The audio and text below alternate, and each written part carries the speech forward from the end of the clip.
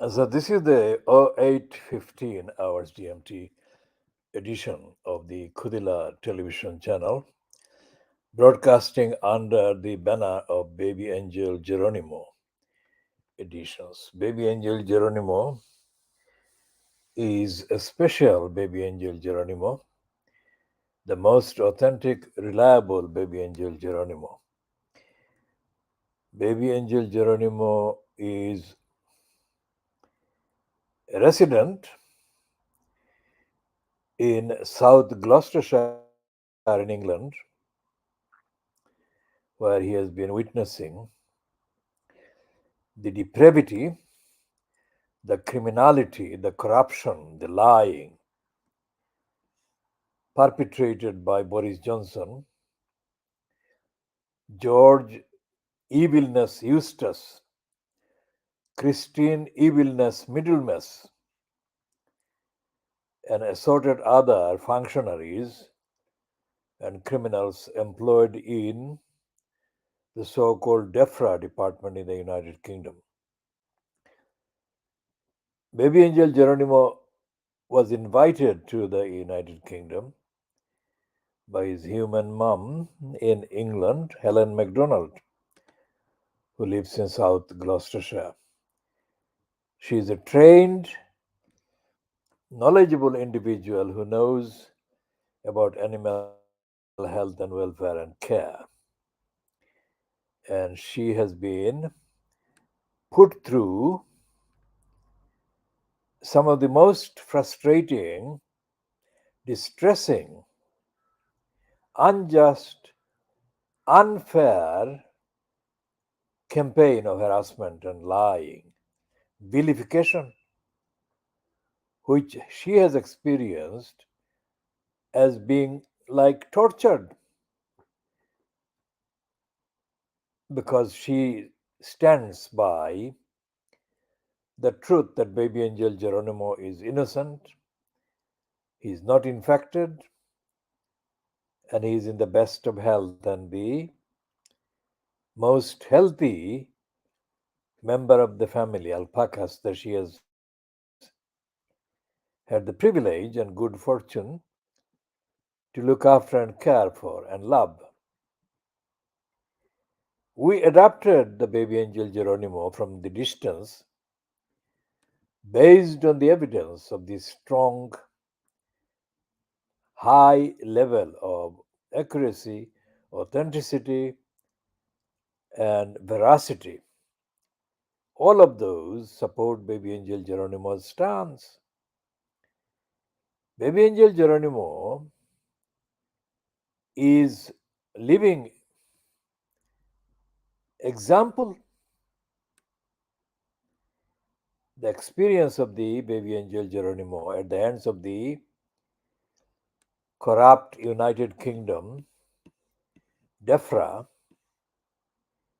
is one of the most stunning live examples of the truthfulness of what is said in the Holy Quran, in the Surah Al Isra. And we shall be looking at today's latest edition of the evidence. The one of the things that the Surah Al Isra says is that every human being has got a witness on each of their shoulders. And each of the witnesses is recording, recording the facts of good and bad. On one shoulder, the facts of the good the person is doing, on the other shoulder, the facts of the bad the person is doing. And on the day of judgment, this will be the main evidence during the trial, the hearing, the assessment, examination of the individual's character, conduct while on this earth. So, baby angel Geronimo will be benefiting on the day of judgment from nothing more than the absolute truth, as promised by all our Creator, God. And that is stated in the Surah Al Isra. And Surah Al Isra also says,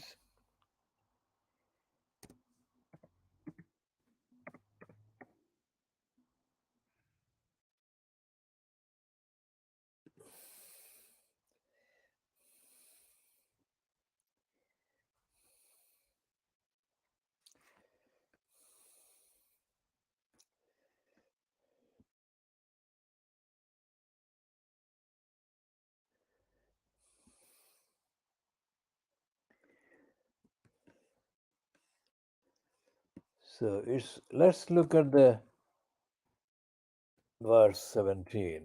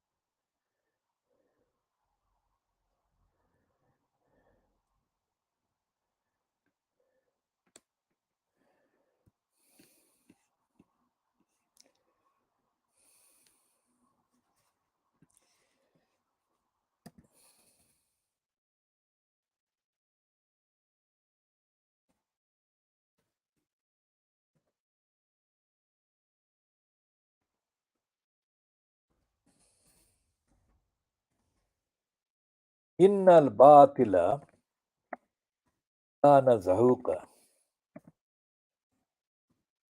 This is the 81.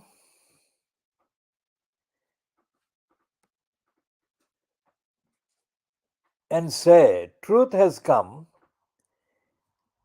and falsehood has departed. Indeed, is falsehood by nature ever bound to depart. Now, various translations of this I grew up on as I was learning,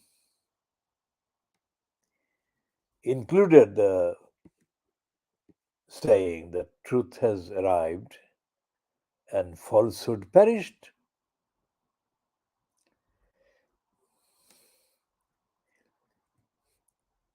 And falsehood is doomed to perish. وَقُلْ جَاءَ الْحَقُّ وَزَهَقَ الْبَاطِلُ إِنَّ الْبَاطِلَ كَانَ زَهُوقًا. So this is every part of the Holy Quran, every verse is beautiful, but this is especially beautiful declaration and promise. So the promise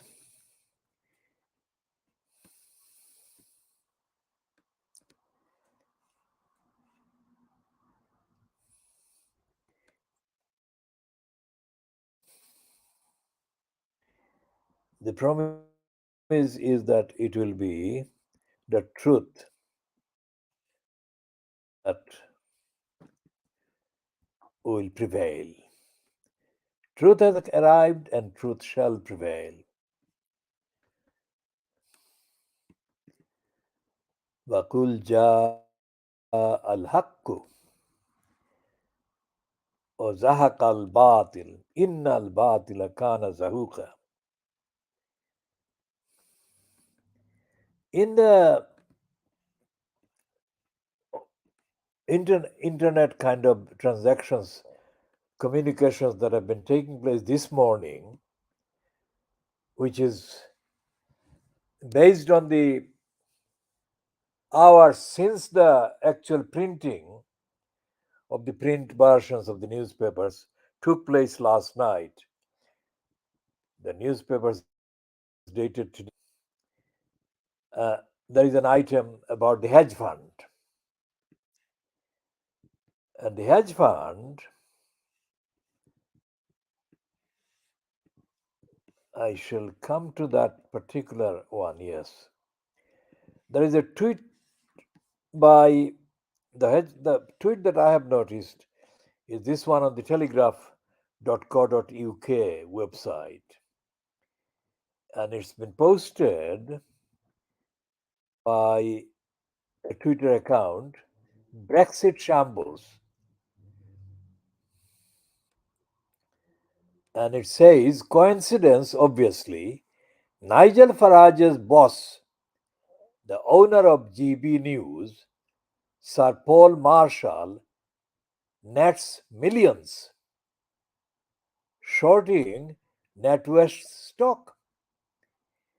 His hedge fund has the biggest short position in the lender's shares and made £5 million on Wednesday after the departure of ALISON ROSE. Now look at that. It is not speculation.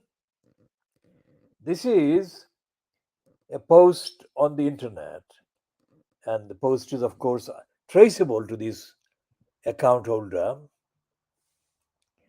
And the person that they were betting on was Alison Rose, who was the target of the Daily Mail, the Daily Scum, and even the Telegraph and the Express, going to war on the completely false claim that Alison Rose and the BBC's news finance business editor Simon Jack, whose reporting I have observed for more than 20 years, I think. He was a junior, and I have observed his progress through the ranks within the BBC. And I don't think that Simon Jack is in any way kind of careless in his research and in his reporting. So it becomes quite clear today that the reason why the nasties, Nigel Farage and his colluders in Fleet Street and in the Conservative Party, including the congenital liar Boris Johnson, wanted Alison Rose to go or Hrs to roll was because they had money to make. Literally, money to make. It's not nothing to do with any having any morality at all. So, reading that again, this particular tweet, which I notice now, but it appears that it was posted 9 hours ago on Brexit Shambles. Coincidence, obviously. Nigel Farage's boss, the owner of GB News, Paul Marshall, nets millions shorting NatWest stock. Shorting of stock is a technical way of reducing the value. Okay? His hedge fund, again to do with the value and the speculation, it's all corrupt, but that is what they do in capitalism.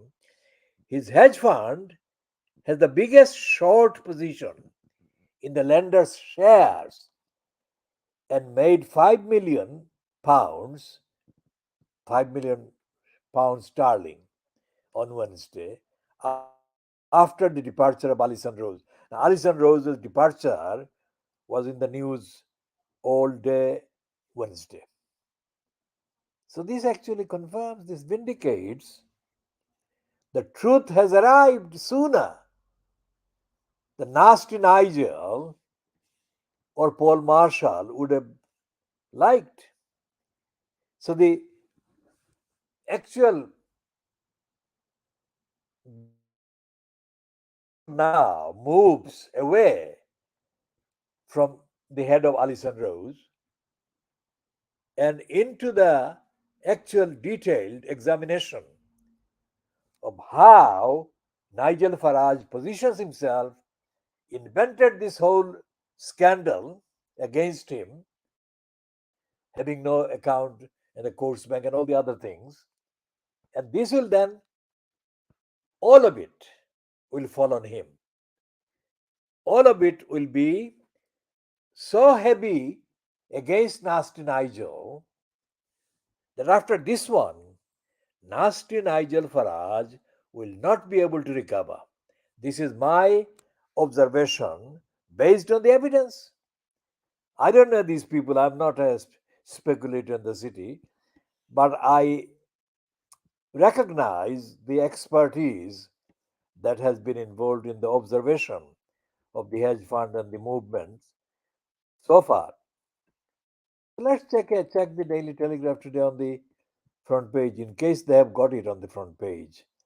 Because if that item was posted 9 hours ago, they might have that one on the Telegraph front page.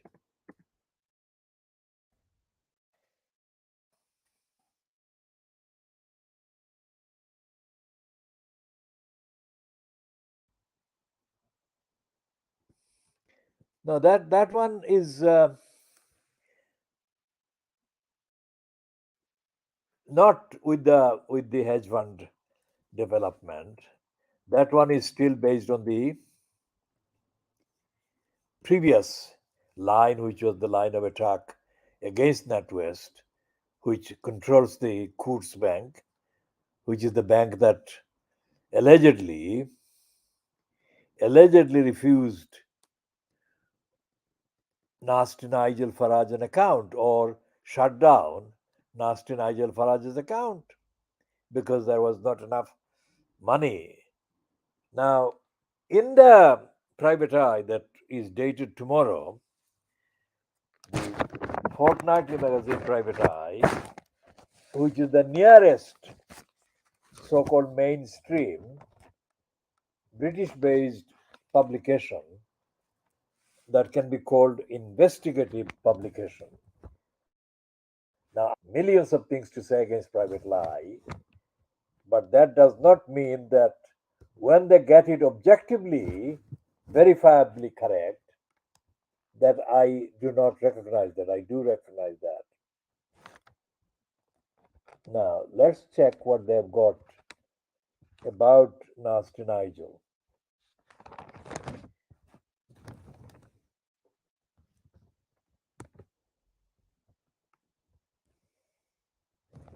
Okay, so this is the one that I can see on page 9, which is effectively page 3 of the contents, the copy section of the private lie political section, which is the beginning, the first part of the magazine, which is Farage Horizons. The hiring of Nigel Farage as a star columnist and political analyst for the Daily Express this month, that is July 2023, is in a desperate attempt to draw readers in the direction of its ill fated US website. The Daily Express, desperate, ill fated US website. Now, these are all negative. These are in contrast to the high, overly high, kind of highly promoting the image of Nasty Nigel as a good one, almost as if he is a saint. It's not yet. Okay, let's read that again. The hiring of Nigel Farage as a star columnist and political analyst for the Daily Express this month in a desperate attempt to draw readers in the direction of the ill fated US website, has gone down badly with hacks this side of the Atlantic. Now, hacks is a colloquial in England for journalists. And this side of the Atlantic means the United Kingdom as opposed to the USA. The equation or the comparison being made between the USA on the other side of the Atlantic and the UK this side of the Atlantic. Of course, the UK geographically is too small as compared to the USA. But the reason why the UK is being given a kind of comparator status is because of the role as the British imperialists in the what is now the USA. Now, it's not yet known how much publisher Reach PLC will put in Farage's bank account. Now, remember, it's all about the bank account, and that item in the Telegraph on the website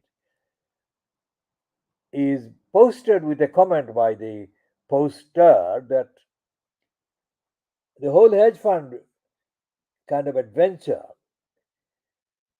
based on the various accusations that Farage had made was intended to generate enough income, illicit income, hedge fund income, for Nasty Nigel, for his bank account to be in a healthy position. That is one count. And this one is talking about the Reach PLC. The Reach PLC is REACH PLC, which is the corporate organization, company that owns the Daily Express, the Sunday Express, the Daily Mirror, Sunday Mirror, the People, and so on.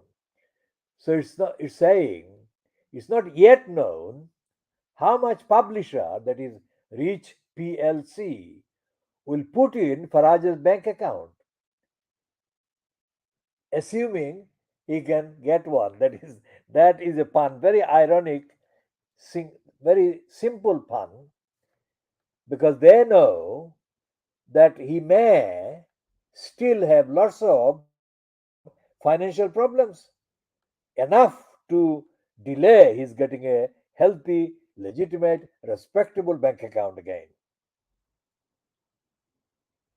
But it is likely to be considerably more than the miserly £400 a day in total that the Daily Express, a very trusted ancient UK title as Farage billed it to his American readers, is now permitted to spend on freelancers and agency copy.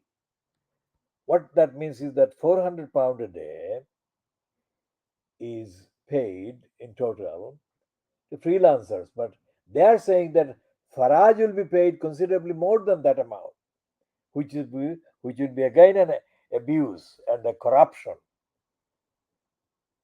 That means the paper, that is the Daily Express, relies increasingly on its in-house reporters for comment pieces because of the lack of plenty of resources to to splash on.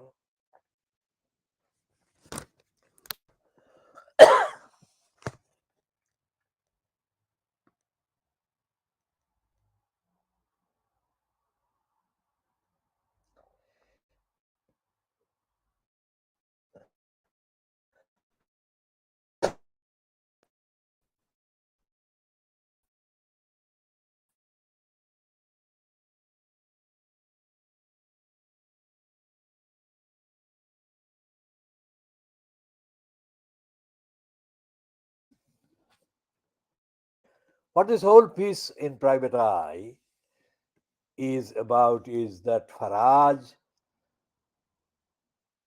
completely contrary to the image of him being portrayed by the Daily Scum and the Daily Mail and the Daily Express, is actually a bad news item for the Express and not for the GB News, because he has been involved in generating illicit money for GB News owner.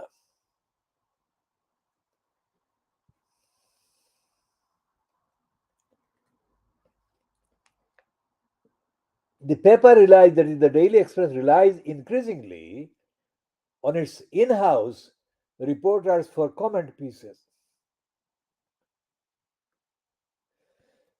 as if to emphasize their position as the poor relation. The paper did recently find the pennies for a lengthy external piece on how awful the expansion of London's ultra low emission zone is, not by Farage, but by his former mistress and UKIP speechwriter Annabel Fuller, now writing as Annabel Sanderson.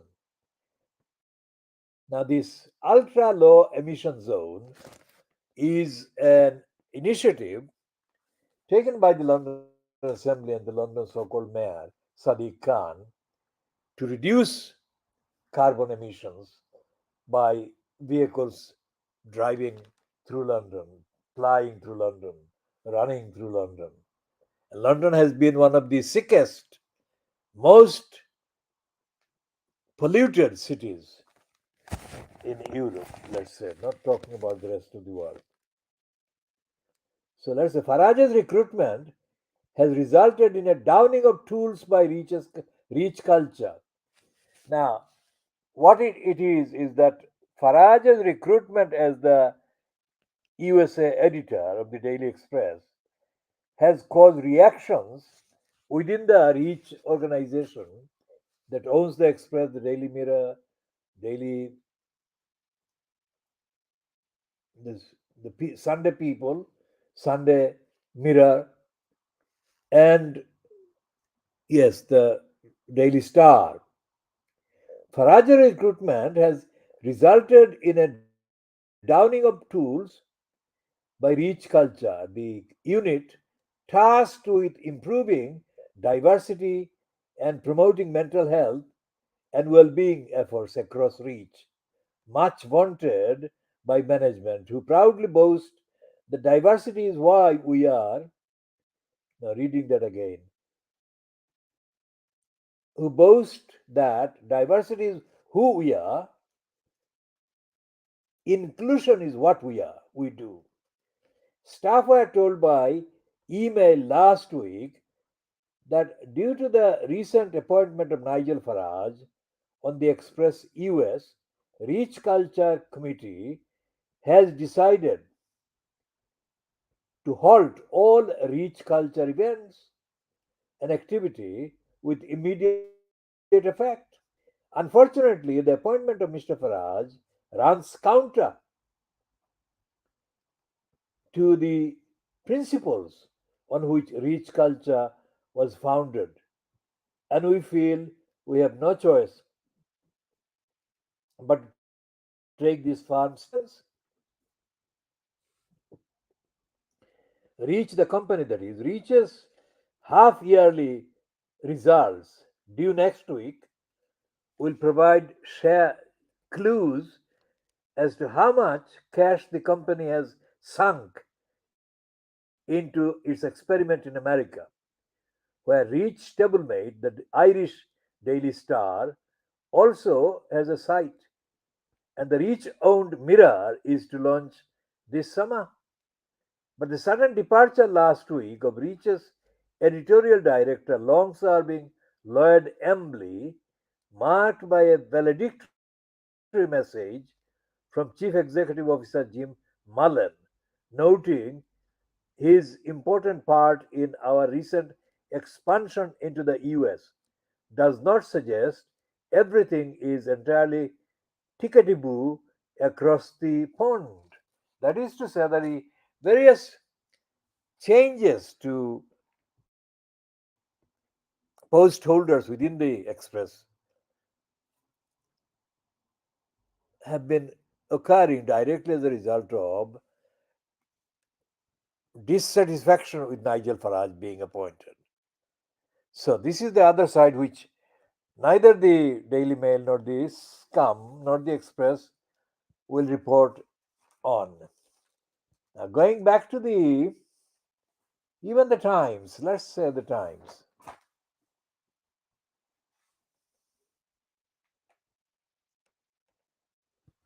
the Times is saying that Rose will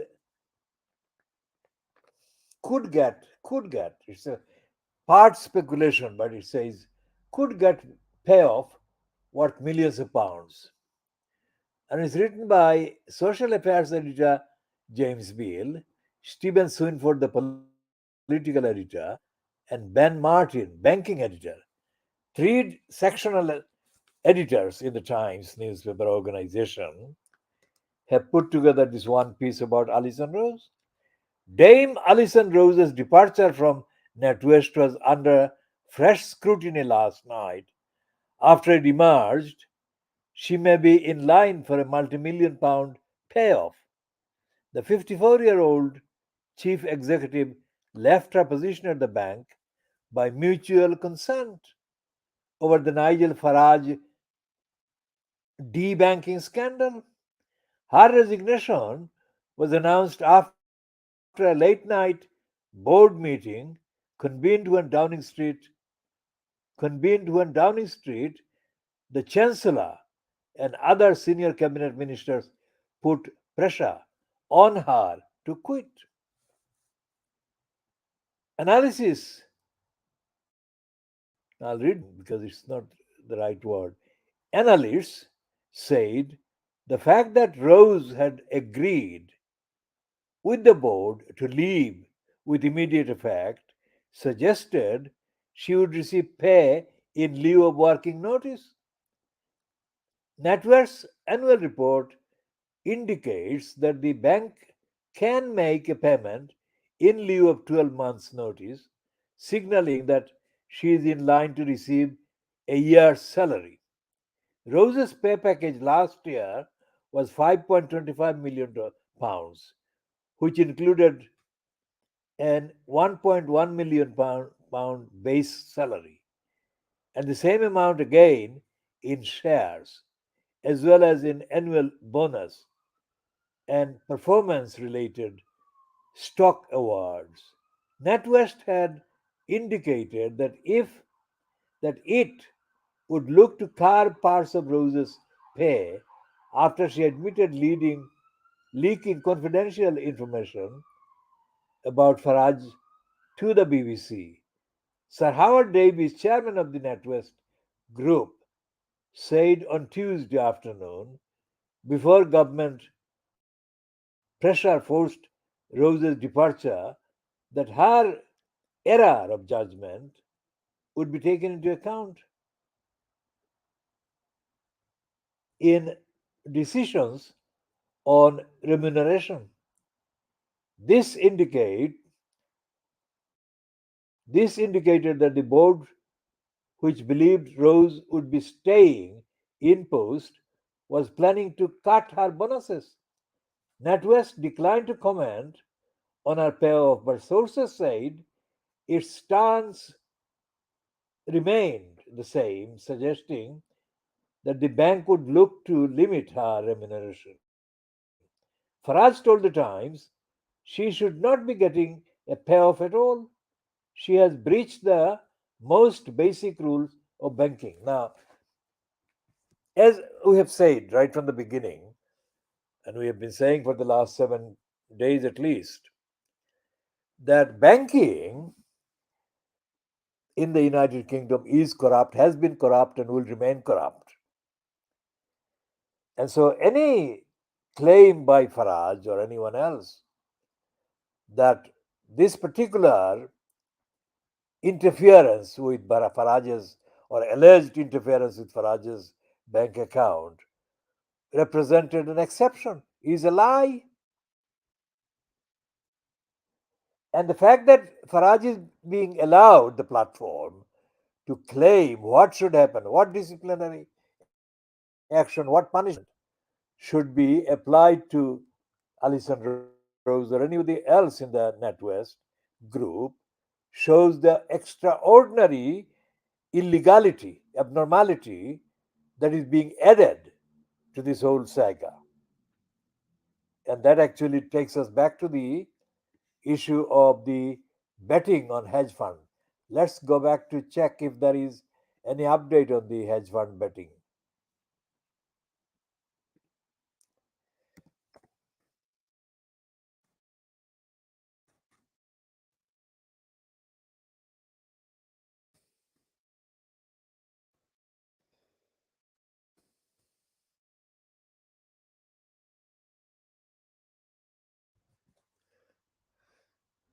So this appears to be an older story, but it's not appearing on the front page of the Telegraph. We'll check again.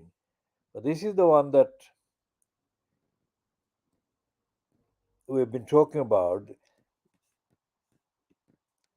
GB News owners hedge fund nets millions betting against NetWest.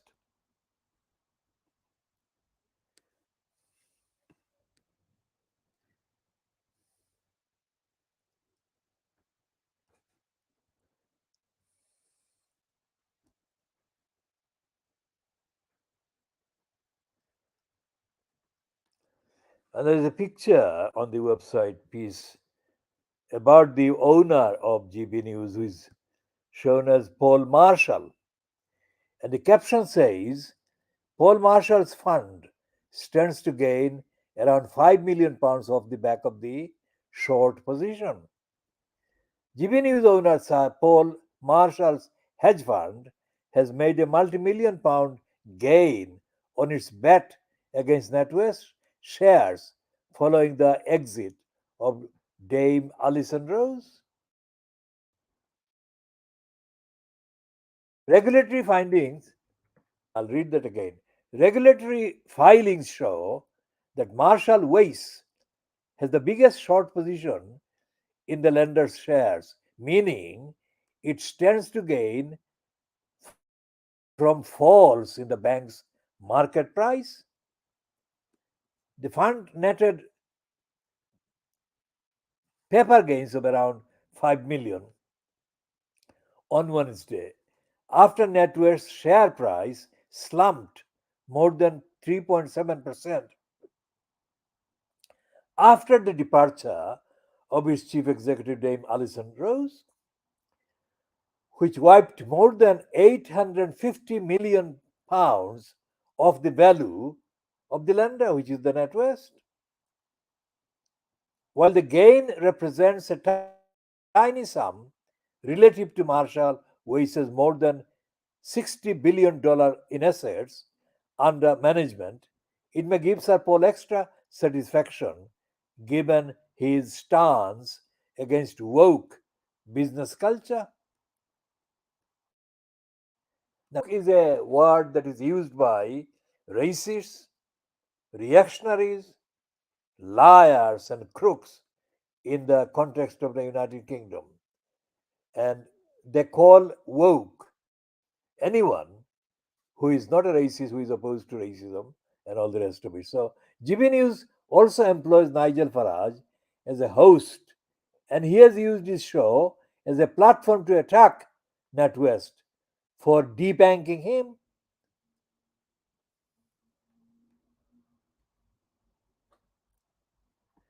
The hedge fund has software it calls TOPS Trade Optimized Portfolio System, which analyzes the views of analysts and economists and gives indications where to invest and so on. So, what is happening is that the whole Nigel Farage allegation that his banking rights and banking facilities and banking confidentiality have been broken by NatWest or by Coates Bank is nothing to do with what ordinary banking rights are about. This is a pretext, a intentionally, deliberately created crisis in order to boost the betting position and the probability of profit by the bet that Marshall Weiss has now been confirmed as having gained. So this was bigger than the front page of the Daily Telegraph today says, because this will be capable of being examined and investigated as a major crime itself. This is what I said earlier, and I'm saying this again by saying that this is evidence, confirmation of the promise made in the Holy Quran. Innal batila kana zahuka. That falsehood will perish, truth will prevail, and this truth will prevail. I cannot say how long it will be the whole process, but it will prevail.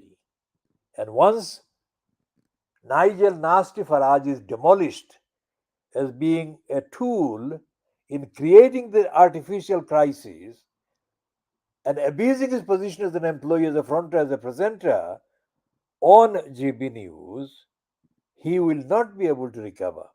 That is my position as at this time, based on the information I have access to at this time, the publicly accessible information.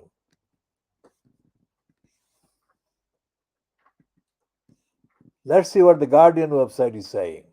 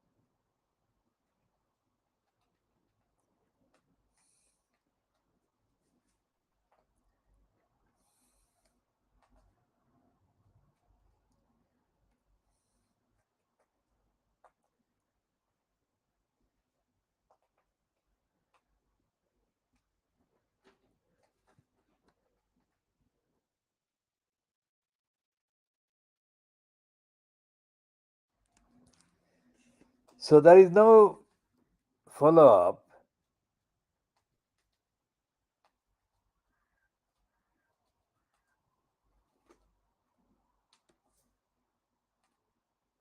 on that one, but Martin Kettle has got another angle on this one, which reads as an opinion piece: Don't be fooled. This row is about more than Nigel Farage and Coots. What lies beneath is Brexit. So Martin Kettle says that why have the Tories and an embattled Prime Minister fought this so fiercely? Because the ex UKIP leader embodies Leave and they fear him. So the Mediterranean is on fire. The Ukraine war not going well. The health service on its knees. And the economy is still at risk of recession. Pretty obviously, therefore, the most pressing question facing Britain today is whether Nigel Farage can keep an account with one of the country's poshest banks.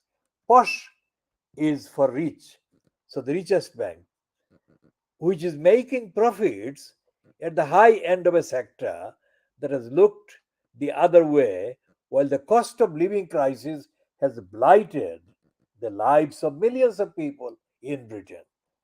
So this is another kind of opening.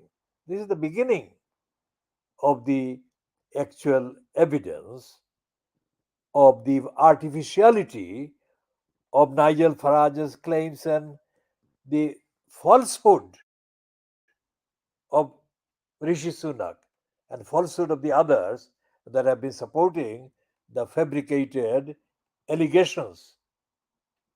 So we shall be following all of those in due course. We have spoken enough on this one or this edition, and we shall come back to this in due course later. Now, let's go back to something else that we have been talking about.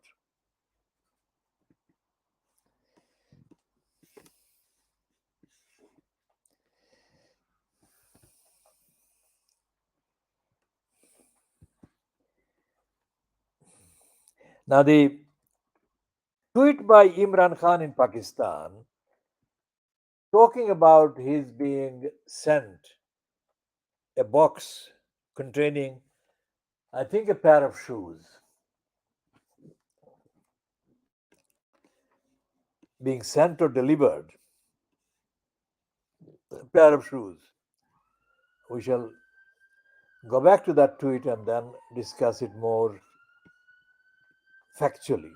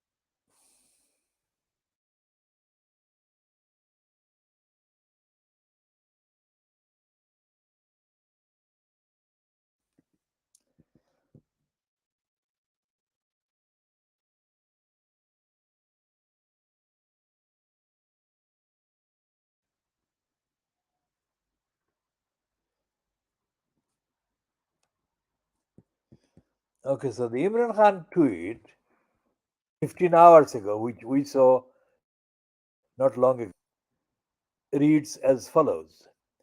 Imran Khan's tweet says, I was sent a box of shoes from someone I know. It was delivered to my house by their driver. 2 days later, the police turned up at the driver's house, harassing and threatening the driver's poor family and forcing him to say that he came to deliver a box of drugs at my place. That is what the police were aiming. Now let's read there is a picture of the shoes. This is what happens when criminals run a country. Not only do they post crooks who are incompetent to important positions,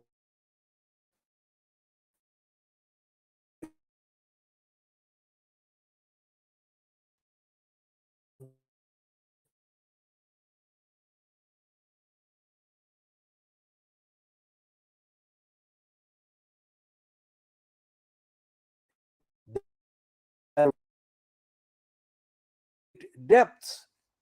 Now, when he says that they're willing to fall to great depths, what he means is that they can do anything immoral. They have no shame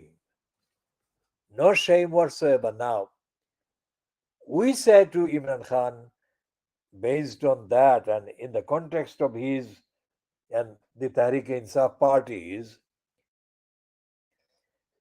statement many times that the movement for Hakiki Azadi is the one that they are involved in advancing.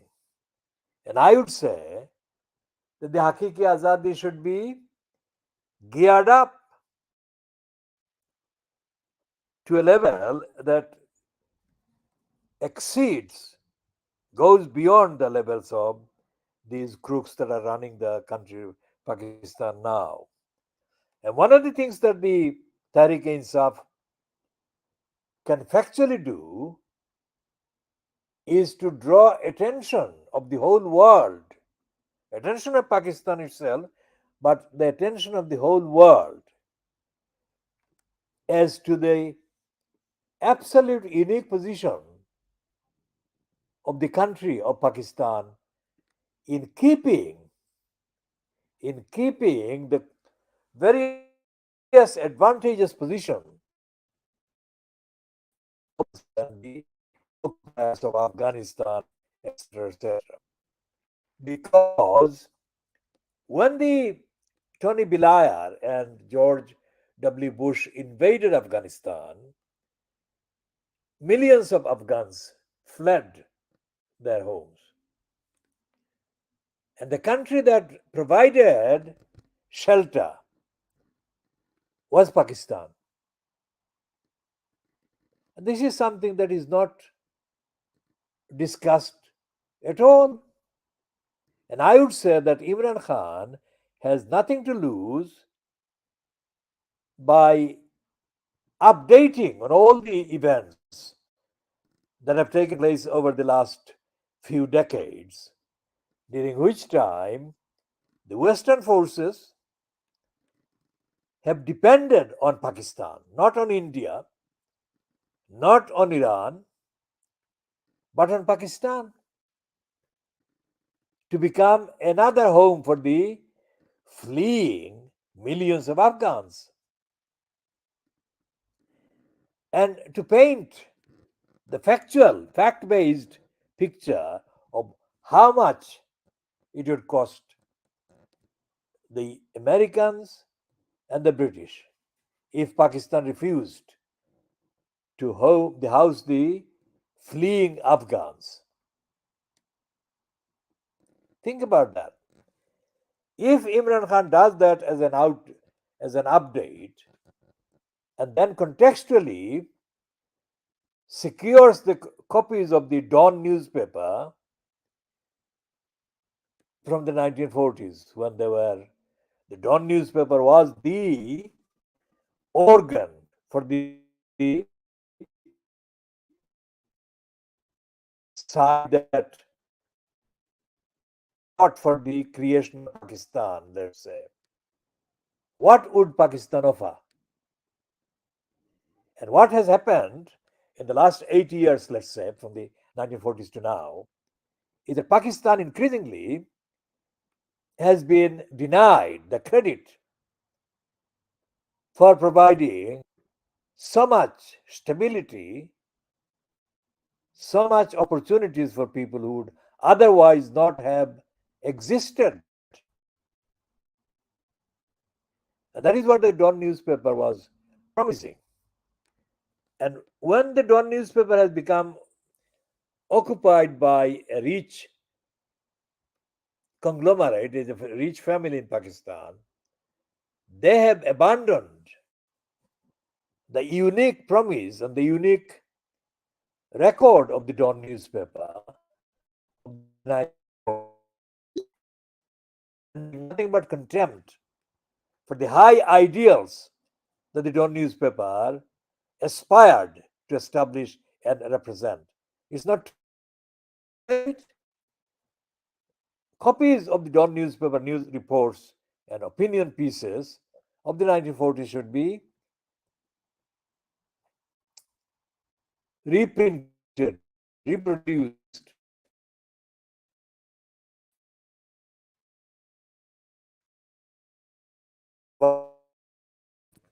destination for millions of Afghanis who would have perished without the help of Pakistan.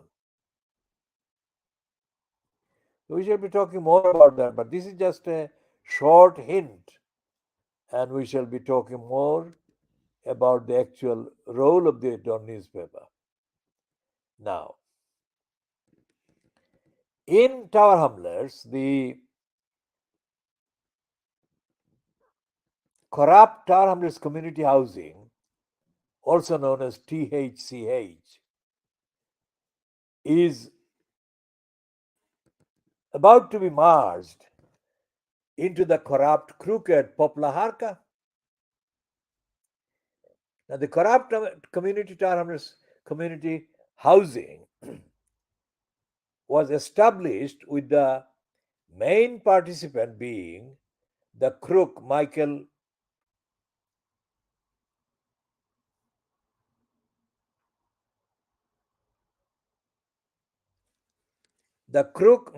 Tyrrell. Michael Tyrrell the Terrible is a crook who has been ousted from Townley's community housing, but not in time because he destroyed the finance and he stole a lot and he destroyed the social housing foundation on which so much of the housing stock that was given by Townley's Council to THCH has been twisted, distorted, and devalued. Now, there is a so called consultation going on right now as I speak, which is not really different from what Tower Hamlets Council undertook between, let's say, 2002 and 2006, during which period Tower Hamlets Council, working under coercion, operated on it by Tony Blair's regime and in the form of the crook John Prescott. Townless Council promised that if the existing Townless Council housing tenants agreed to the transfer of their housing stock to Poplar HARCA, then the existing standards and legal obligations under which the council rented the properties and they lived in the properties would be maintained and kept intact by the Poplar HARCA,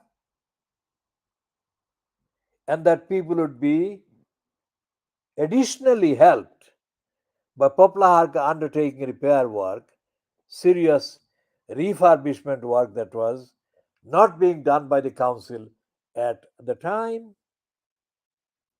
and so on. But in the period, in the years that have followed the transfer of the thousands and thousands of Tower Hamlets Council housing stock to the crooks gang called Poplar HARCA, those promises have not been kept. So when I raised the question on the 26th of June 2013, which is 10 years and 1 month, exactly yesterday, as to what the Tower Council was doing to hold the likes of Tower community housing to account. That was my question, written question, and I stood up to present the written question. And what happened? I was sabotaged by the woman who was chairing that meeting of the Townless Council, Leslie Pavitt. Leslie the pervert messed up that meeting and lied and blamed this completely untruthful kind of illegality by a resident from Wapping for her illegality and lying.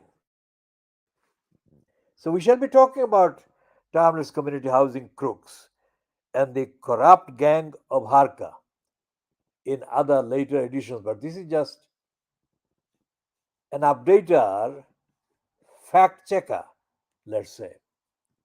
And we shall be talking about other issues in context about housing and about the lies of Lutfur Rahman and the lies of this so called democracy, local democracy reporting, which is supposedly reporting for democracy but actually being corrupt in exaggerating the importance of Lutfur Rahman's confession that he is ashamed and is embarrassed at the fact that there is no female councillor belonging to his so called group, Aspire group of councillors on Townless Council.